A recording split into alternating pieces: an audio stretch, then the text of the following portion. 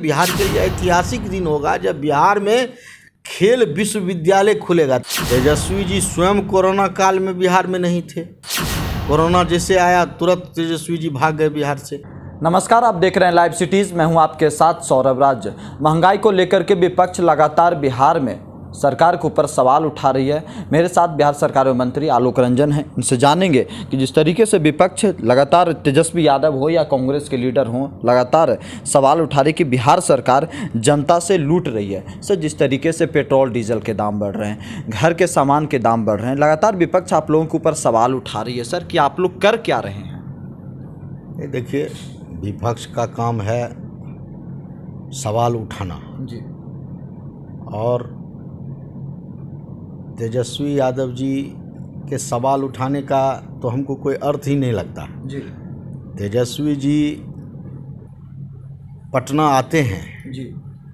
और अपने दो चार बातों को रख देते हैं और इसके बाद सीधा फिर जैसे बिहार में कोई भी ऐसा समय आए जब जनता के बीच जनप्रतिनिधि को रहना चाहिए, उस समय में वो वहाँ से निकल जाते हैं और अचानक गायब हो जाते हैं।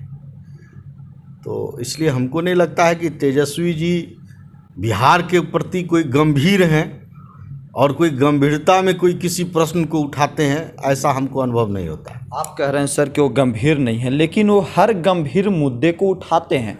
जैसे देखिए, हाल में जो कोरोना को लेकर के आया कि कोरोना के पीरियड में दूसरी लहर में किसी की भी जान ऑक्सीजन की कमी के कारण नहीं गया। बिहार सरकार भी क्लियर कर दिया। उसके ऊपर वो करें कि तो क्या लोग आत्महत्या कर रहे थे उस वक्त?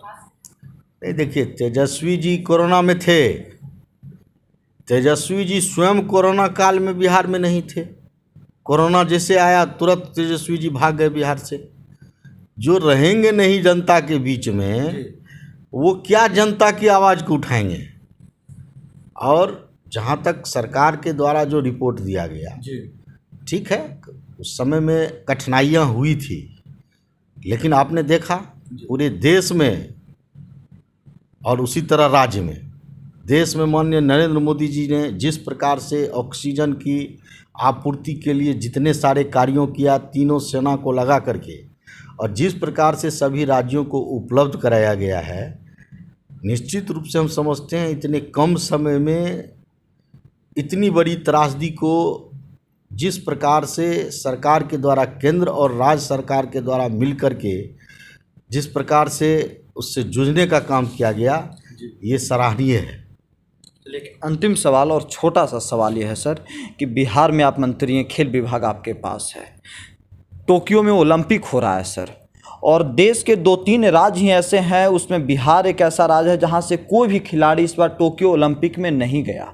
ये अफसोस की बात है और बिहार के लिए भी ये अच्छी संकेत नहीं है सर खेल को लेकर के। आप क्या काम कर रहे हैं सर, और कैसे बेहतर कीजिएगा ताकि आगे से बिहार के खिलाड़ी अच्छे माहौल में जाएं और बड़े बड़े खेल में, प्रतियोगिता में शामिल हों? नहीं, देखिए, हमारा काम चल रहा है जी। मैं मानता हूँ कि हमारे देश के प्रधानमंत्री जी खेल को जिस प्रकार से महत्व दिए हैं जी, और उनके कारण आज देश में इतने खिलाड़ी आज ओलंपिक में जा रहे हैं।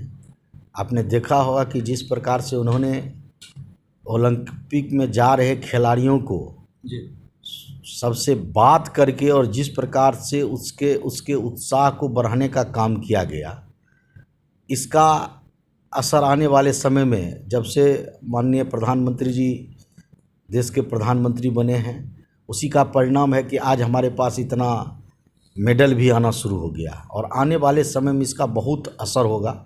और ये असर कोई ऐसा नहीं है कि प्रत्येक राज्य में इसको आपको दिखाई पड़ेगा। और हम लोगों ने भी खेल के प्रति, हमारी सरकार बहुत गंभीर है। हमारे माननीय मुख्यमंत्री जी, माननीय उप मुख्यमंत्री जी लगातार खेल के विषय में लगे रहते हैं कि कैसे बिहार के खिलाड़ी आगे बढ़े, और उसके लिए हम लोगों ने कई कदम भी आगे बढ़ाया है, जो इस विधानसभा के बाद आपको दिखाई भी देने लगेगा। आने वाले समय में राज्य में हम लोगों ने खेल के क्षेत्र में खेल विश्वविद्यालय की स्थापना करने जा रहे हैं, जो एक बहुत बड़ा बिहार के खिलाड़ियों के लिए बहुत बड़ा मोड़ आने वाला है। राजगीर में हम लोग खेल अकादमी खोलने जा रहे हैं। तो इन सारे चीज़ जो हैं और कई कार्यक्रम हैं जिससे कि जिस माध्यम से हम लोग चाह रहे हैं कि प्रत्येक राज्य के प्रत्येक क्षेत्र से, नीचे स्तर से, पंचायत स्तर से हमारा खिलाड़ी आना शुरू हो जाए और खिलाड़ी निकलना शुरू हो जाए। इसका प्रयास हम लोग शुरू करने जा रहे हैं और आने वाले समय में आपको ये दिखाई पड़ने लगेगा। निचले स्तर से खिलाड़ियों को ऊपर लाने के लिए विज़न तो सर क्लियर चाहिए ना। विपक्ष सवाल उठाती है कि आप लोगों के पास विज़न नहीं है क्लियर पूरा। देखिए, विपक्ष जो बिहार में आवाज़ उठाती है, तो विपक्ष को तो बहुत दिन मौका मिला है। 15 साल विपक्ष के रहे हैं, लालू यादव जी रहे हैं बिहार के मुख्यमंत्री। तो उस समय में कहाँ था विपक्ष का ये विज़न, कहाँ था विपक्ष के पास कोई आवाज़। हम लोग जब काम शुरू कर रहे हैं, हम लोग जब काम शुरू किए हैं, इस स्तर पर लाने का प्रयास किए हैं, तो आज विपक्ष आवाज़ उठाती है। और जब उनको मौका था, इससे पहले भी तो सरकार थी उनकी, उससे पहले भी तो और कांग्रेस की सरकार थी, उन्होंने तो कोई योजना ऐसा नहीं बनाया। लेकिन हमारे मुख्यमंत्री जी, हमारे उप मुख्यमंत्री जब इस को आगे बढ़ाने का काम कर रहे हैं, खेल के प्रति इतने जागरूक है, आप सोच सकते हैं बिहार के लिए ऐतिहासिक दिन होगा जब बिहार में खेल विश्वविद्यालय खुलेगा। 3-4 राज्य में है, पंजाब में, अहमदाबाद में, 3-4 राज्य में अभी खेल विश्वविद्यालय है। और इसके बाद ये बिहार खोलने जा रहे हैं, बिहार में हम लोग खोलने जा रहे हैं। तो एक खेल के क्षेत्र में बहुत बड़ा परिवर्तन है, बहुत बड़ा क्रांतिकारी कदम होगा ये राज्य के लिए। चलिए, शुक्रिया सर, थैंक यू।